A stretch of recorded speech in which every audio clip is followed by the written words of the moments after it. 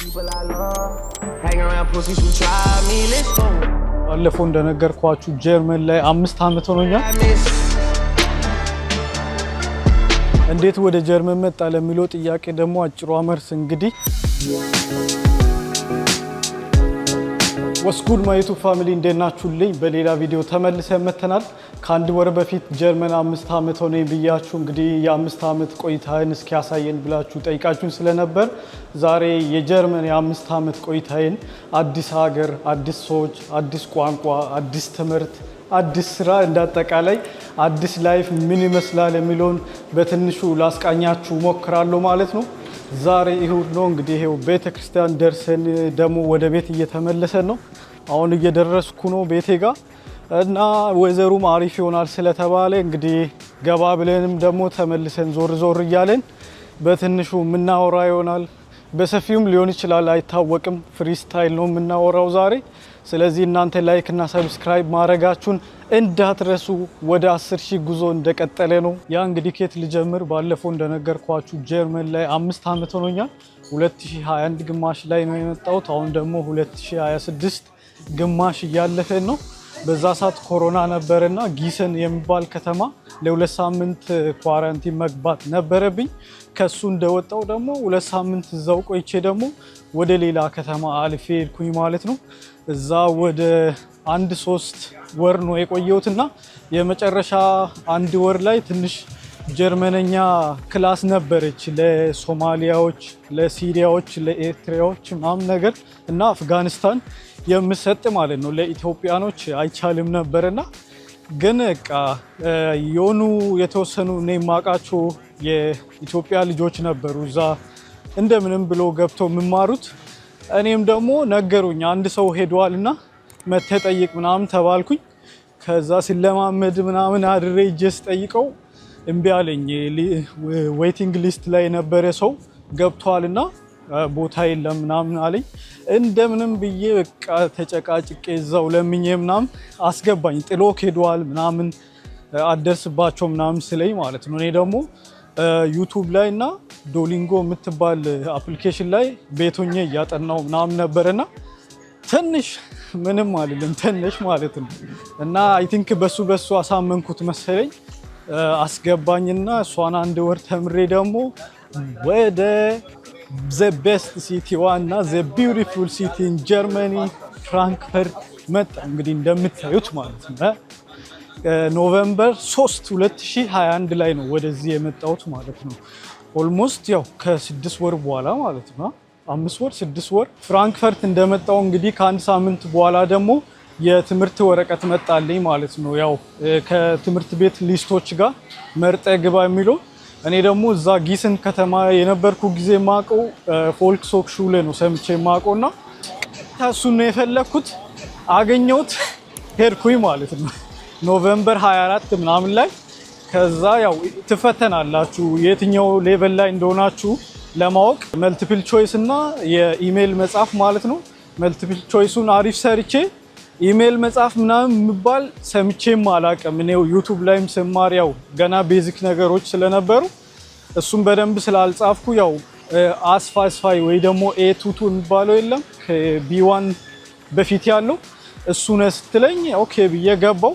ግን የሚያስጠላው ኖቬምበር ላይ አልነበረ ክላሱ የሚጀምረው ገና ፌብሩዋሪ 7 ላይ ነበርና ኦልሞስት ወደ 3 ወር ያው ቤት ቁጭ አልኩኝ። ግን አላባከንኩም። እሱንም ደግሞ ዩቲዩብ ላይ መማር ቀጠልኩኝ ምናምን በቃ ገና ክላስ አልገባ መግባባት ጀመርኩኝ ለሰውላ ማለት ነው። እግዚአብሔርን አስተርጉም ያውቃለው ምናምንና ከዛ ያው ፌብሩዋሪ ሲደርስ ደግሞ ገባው ማለት ነው ክላሱ። ከዛ ስንት ነው 1 ወር ከምናምን ተምሬ ወደ ቢ1 ገባው። ቢ1 ደግሞ 3 ወር ተምሬ 3 ወር ከዛ ጨረስኩት። እሱንም ፈተና ተፈትኜ ምናምን አለፍኩት። ግን ቢ1 ሳልጨርስ ደግሞ ሌቨን ኢን ዶችላንድ ወይ ደግሞ ኦሪየንቲሩንግ ኮርስ ይባላል። በኋላ ጀርመናዊ ለመሆን ምናምን የምጠቅማችሁ ማለት ነው። ስለ ፖለቲካው ስለ ካልቸሩ ምናምን ነገሮች የምትማሩበት ኮርስ እሱም 1 ወር ከምናምን ነው። እሱ በአይንሱን ሳልጨርስ ሳምንት ስቀረኝ ልጨርስ ይሄኛውን ደግሞ እድል አግኝቼ ገባው ማለት ነው። ከዛ የሌቨን ዶችላንዱ ከሰዓት በፊት በአይንስ ደግሞ ከሰዓት እየሄድኩኝ አንድ ሳምንት ጨረስኩኝ። አሪፍ አስተማሪ ስለነበረችን የበአይንስ ክላሱ በጣም ምገርም ነበረ። አሪፍ ነው የተዘጋጀ ነው ለፈተናው። ስለዚህ ፈተናውን በዛው ልክ አሪፍና ቀላል ይሆናል ማለት ነው። ያው ካልተዘጋጃችሁ ታውቃላችሁ ቀላል ፈተና የለምና ተዘጋጅተን ስለነበረ ደግሞ አሪፍ ነበር። እኔም ደግሞ እስከዛ ድረስ በቃ ሰውን አላቅ ብዙም አልወጣም ምናምን በቃ ሎኪን አድርጌ ማለት ነው። እግዚአብሔር ጀርመንኛና ጀርመንኛ ብቻ በቃ ወደኋላ ሳስበውን በአይንስ እስኪጨርስ የነበረኝን ጊዜ ማለት ነው። እግዚአብሔር በህይወቴ ማለት በህይወቴ ጤነኛና ምርጥ የሆነ ጊዜ ነበር። በቃ ከዛ በኋላ ሰውን ስተዋወቅ ከተማውንም ወጣ ማለት ሲጀምር ነው ነገሮች የተለወጡት እንጂ እስከዛ ድረስ ማለት ነው ኦ ማይ ጋድ የኔ ወርልድ ውስጥ ነበርኩኝ። በቃ በጣም በቃ ጀርመንኛና ጀርመንኛ ሎኪን እቤት ማጥናት ዩቲዩብ በቃ አሪፍ ነበረ። ያ አለፍኩም በዛውም ልክ እንግዲህ ከዛ ከአንድ ወር በኋላ ደግሞ ቢቱ መቀጠል ፈለኩኝና ብቻ ያ ቢቱ ደግሞ በቃ ህይወቴን የቀየረው ሌቨል ነበረ። በቃ ወርዶቹ ግራማቲኮቹ ምናምን ግራማቲክ ይባላል በጀርመኛ ግራመር ማለት ነው። እነሱ እንዳለ ማለት ነው ሌላ ሌቨል ሲዋን እኔ ያረኩት ሴአንስ ራሱ አያስፈልጋችሁም ቤስፋይ ከደረሳችሁ ማለት ነው። ቢቱ ይለያል ነው የምላችሁ። እግዚአብሔርን በጣም ምርጥ ነበረ። በዛውም ልክ ደግሞ ረጅም ነው የኔ አሁን የ5 ወሩ ነበረ። የቢዋን ውጤት አሪፍ ስለነበረ ትንሽ ዝቅ ያለ ውጤታቸው ዝቅ ያለ ደግሞ የ6 ወሩን ይገባሉ ማለት ነው። 5 ወር ሙሉ ቤስፋይ ማለት እንግዲህ የሚገርም ነበር ነው የምላችሁ። በቃ ብዙ ነገር ተማርኩኝ ቻልኩኝ። ቢሮዎች ሲሄድ ኢሜሎችን ስጽፍ በቃ አንተ ነህ የምጽፈው ምናምን ይሉኛል። እግዚአብሔርን ነው የምላችሁና በጣም ምርጥ ጊዜ ነበረ። እሱንም ደግሞ እንደዛ አድርገን እንግዲህ ለፈተና ደርሰን ተፈተነን አለፈ። ከቤአይንስ ይለያል በጣም የፈተናው ሲስተም ምናምን ማለት ነው። እሱም አስቀድማችሁ ኮርስ ውስጥ ምናምን የሞዴል ቴስት ምናምን ስታረጉ በደንብ መለማመድ አለባችሁ። እኔም ደግሞ የቢ1 እና የቢ2 ያ ሲዋን ራሱ ሰርቼላችኋለሁ ቪዲዮ ከፈለጋችሁ ሂደቱ ምን ይመስላል ምናምን የሚለው ኢንፎርሜሽን ወሳኝ ስለሆነ ለምን ሞዴል ቴስት ማርጎ ክላስ ውስጥ አስተማሪዎች ነግሯቸው ምናምን ፈተና ላይ በቃ አያውቁም አይረዱም ምናምን አብዛኞቹ ያው እኔ ስለምፈትን አውቃለሁና አስቀድሞ ኢንፎርሜሽን ማግኘት አሪፍ ነው። መዘጋጀት ምናምን አሪፍ ነው ብዬ አስባለሁ። ትክክልም ነው። እሱንም ደግሞ እንግዲህ ጨረስኩኝ ማለት ነው። ግን ያው ሳልጨርስ ቤስፋይ እንደጀመርኩኝ ከውጭም ደግሞ ሰዎችን እንዳልኳችሁ መተዋወቅ ጀመርኩኝ። ጀርመኖች ግሩፑ ጀርመንኛ ማውራበት በየ2 ሳምንቱ ቅዳሜ ምርጡ የጀርመን ጓደኛዬ በሱ ምክንያት ቤቴን ያገኘሁት ምናምን አዲስ ወርዶችን ይዤ ምናምን እሱ ጋር ይዤ ነው የምለማመደው። የቢቱ ፈተና ደግሞ ፕሬዘንቴሽንም ነበረውና ፕሬዘንቴሽኑም ደግሞ አዘጋጅቼ ለሱ ነበር እጄ ማቀርቦ። አይደብሮም አይሰለቸውም። በቃ ምገርም ልጅ ነበር። ኬታ መጣ ምናምን ይለኛል አዳዲስ ወርድ ሲጠቀምና በጣም ነው ሞቲቬት ሲያደርገኝ የነበረው። ያው የነዛም ሰዎች በዛውም ልክ ማለት ነው ምግብ የጋበዝኩት ሰውዬ ምናምን ማለት ነው እሱ ከነሱ አንዱ ነው። እሱ ደግሞ ሞር ጨመረልኝ ማለት ነው። አሁንም በቃ እነሱም ደግሞ ሲያደንቋችሁ ገና ስንት ነው አጠቃላይ ማለት ነው 1 ዓመት ተኩል ነበረ ሲጨርስ ገና ያው ወደ 6 ወር ደግሞ ሌላ ከተማ ነው የነበርኩት ብያቸዋለሁ። በዚህ አጭር ጊዜ ውስጥ እንደዚህ መግባባትማ በጣም ምገርም ነው ምናምን እያሉ በቃ ሞር እንድትሞክሩ ነው የሚያደርጓችሁ ማለት ነው። ያው ወሳኙ ኢንተረስት ነው ብያቸዋለሁ ከዚህ በፊትም። እሱን ኢንተረስቱን ካላችሁ ምንም ትችላላችሁ። እንግዲህ ሰለቸኝ ይከብዳል አልችልም ምናምን ስለሚሉ ማለት ነው ብዙ ሰዎች ሊፈተኑ ሲመጡ ምናምን አያለው ነኝ። ከዛ ያው ቢቱዌንም ደግሞ ጨረስኩኝ ማለት ነው። ዮ ፀጉር ቤት ገብተን ወጥተናል። እንግዲህ ምን ላይ ነበር ያቆምነው? ቤስፋይ ጨርሼ ነው ግን ያ ፌብሩዋሪ 2023 ላይ ነበረ ቋንቋ መማር ከጀመርኩት ልክ 1 ዓመት ላይ ማለት ነው። ከዛ 2023 ኦገስት ላይ ደግሞ እኔ አውስቢልዱንግ መጀመር ይፈልግ ነበርና ወደ ሴአይንስ መግባት ፈለኩኝ ማለት ነው። ለአፕሊኬሽንም ደግሞ አሪፍ ስለሆነ ያው ሴአይንስ ጀምሬያለሁ ምናምን ለማለት ማለት ነው። ከዛ እዛው ትምህርት ቤት መፈለግ ጀመርኩኝ ማለት ነው። ገና ተፈትኜ ቤስፋይ ከዛ ሳየው አንድ በጣም አሪፍ የሆነ ትምህርት ቤት አገኘሁት ማለት እኔ የምፈልገው ታይም ላይ የሚጀምር ማለት ነው። እጅ ጠየቅኳቸው ሰርቲፊኬት ሳይመጣ ያለ ሰርቲፊኬት አይሆንም ተባልኩኝ። ከዛ በቃ ጨቀጨቅኳቸው እምቢ አሉኝ። ኮርሱ ነገ ሊጀምር እንደ ዛሬ ደውሎ አንድ ሰው የተመዘገበ ትቷልና መጀመር ትችላለህ፣ ሰርቲፊኬት ደግሞ ሲመጣልህ ታሳየናለህ አሉኝ። እሺ ብዬ በነጋታው ሄድኩኝና ሲዋኔን ጀመርኩኝ ማለት ነው። ይረብሽኛል በዚህ በኩል ቲክታክ እያለ ያ ብቻ ሴአይንሱንም ደግሞ ከማርች 2023 እስከ ጁላይ 2023 ላይ ተማርኩኝና ጨረስኩኝ ማለት ነው። ያው በዛውም ደግሞ እንግዲህ አፕላይ ያረኩ ነበር ማለት ነው ለምፈልገው ትምህርት አውስቢልዲንግ ያው አይቲ ነው። መጀመሪያ የባቡር ሹፌር ሊሆን ነበር በቃ ቀውጤ ማለት ነው። አፕላይ ሁላ አድርጌ ምናምን በስራ ፍቃድ ምክንያት ከለከሉኝ ማለት ነው። እኛ የውጭ ሀገር ሰዎች መጀመሪያ የአውስቢልዲንግ ቦታ ስታገኙ ነው የስራ ፍቃድ የምታገኙት። በዚህኛው በባቡር ድርጅት ደግሞ ቦታውን ለማግኘት መጀመሪያ የስራ ፍቃድ ማሳየት አለባችሁና ያው ተላለፈ ማለት ነው። ስለዚህ ማግኘት አልቻልኩም። ከዛ ያው ቀየርኩኝ ማለት ነው ሀሳቤን። እንደውም አሁን ሳስቡ እንኳንም ቀየርኩ ምናምን ይላሉ። ለምን እንደሆነ ታውቃላችሁ? ያው አንዳንዴ ቦሪንግ ይመስለኛል። አሁን እዚህ ባቡር ምናምን ስነዱ ሳይ ከዚህ ጫፍ እስከዛ ጫፍ ትሄዳለህ፣ ትመለሳለህ። እዛ ላይ ደግሞ የሌሊት ስራ ምናምንም አለው ታውቃላችሁ። ባቡር ያው ኤፍቴሌውም እና እኔ አሁን ባለው እውነታ ጋር ምናምን አገናኝቼ ሳይ አይገናኝም ነው የምላችሁ በጭራሽ ማለት ነው። በጣም የኔ ይሻላል ተመስገን ብያለሁ። በዛውም እንግዲህ አፕላይ ያረኩ ኢንተርቪው ምናምን ያረኩ የኦንላይን ፈተናዎች ደግሞ አሉ። ይሄንን የአይቲ ፊልድ ስትፈልጉ ዝም ብሎ በአፕሊኬሽን ምናምን ወይ በኢንተርቪው ብቻ አይደለም። መጀመሪያ ኦንላይን ላይ ቴስት ታረጋላችሁ እንደ አፕቲቲዩድ ነገር ማለት ነው። ማቲስ አለ፣ እንግሊሽ አለ፣ ዶች አለ ምናምን ብዙ ነገር ማለት ነው።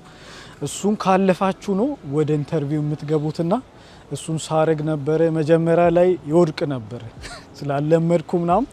ከዛ ደግሞ ኦንላይን ላይም መማር ማጥናት ፕራክቲስ ማድረግ ጀመርኩኝ። ከዛ በኋላ ያሉትን እንዳለ ማለፍ ጀመርኩኝ ማለት ነው። ከዛ ወደ ኢንተርቪው ምናምን እየተጠራው አገኘው ማለት ነው አንዱ ለቦታ። ከዛ አሁን ያለሁበትን መርጬ ገባው። የሚገርማችሁ ጁላይ 29 ነው ሴአይንስ የተፈተንኩት ማለት ነው። ከዛ ኦገስት 1 ደግሞ ትምህርት ጀመርኩኝ ከሁለት ቀን በኋላ ማለት ነው። የሚገርም ታይሚንግ ነው። በቃ እግዚአብሔር ይመስገን። የእውነት ይገርማል የሱ ስራና እኔ የማልችላቸውን ነገሮች ያለ ሰርቲፊኬት ምናምን ራሱ እያስገባኝ ወደ ሴአይንስ እንደዚህ ሆነልኝ እላችኋለሁ። አሁን የሆነ ቦታ ገብቼ እወጣለሁ። ላይክ እና ሰብስክራይብ እያደረጋችሁ ጠብቁ። እዛም ደግሞ ጨርሼ ወጣው። እንግዲህ ጋይስ አንድ የዞረች ጮርናቄና ሻይ ቡና ምናምን የሚሸጥ አይቼ ጮርናቄ ገዝቼ እየበላው ነው የሚላችሁ። አሁን ወደ ቤት እንመለሳለን። የቀረችዋን ፓርቲ እያወራ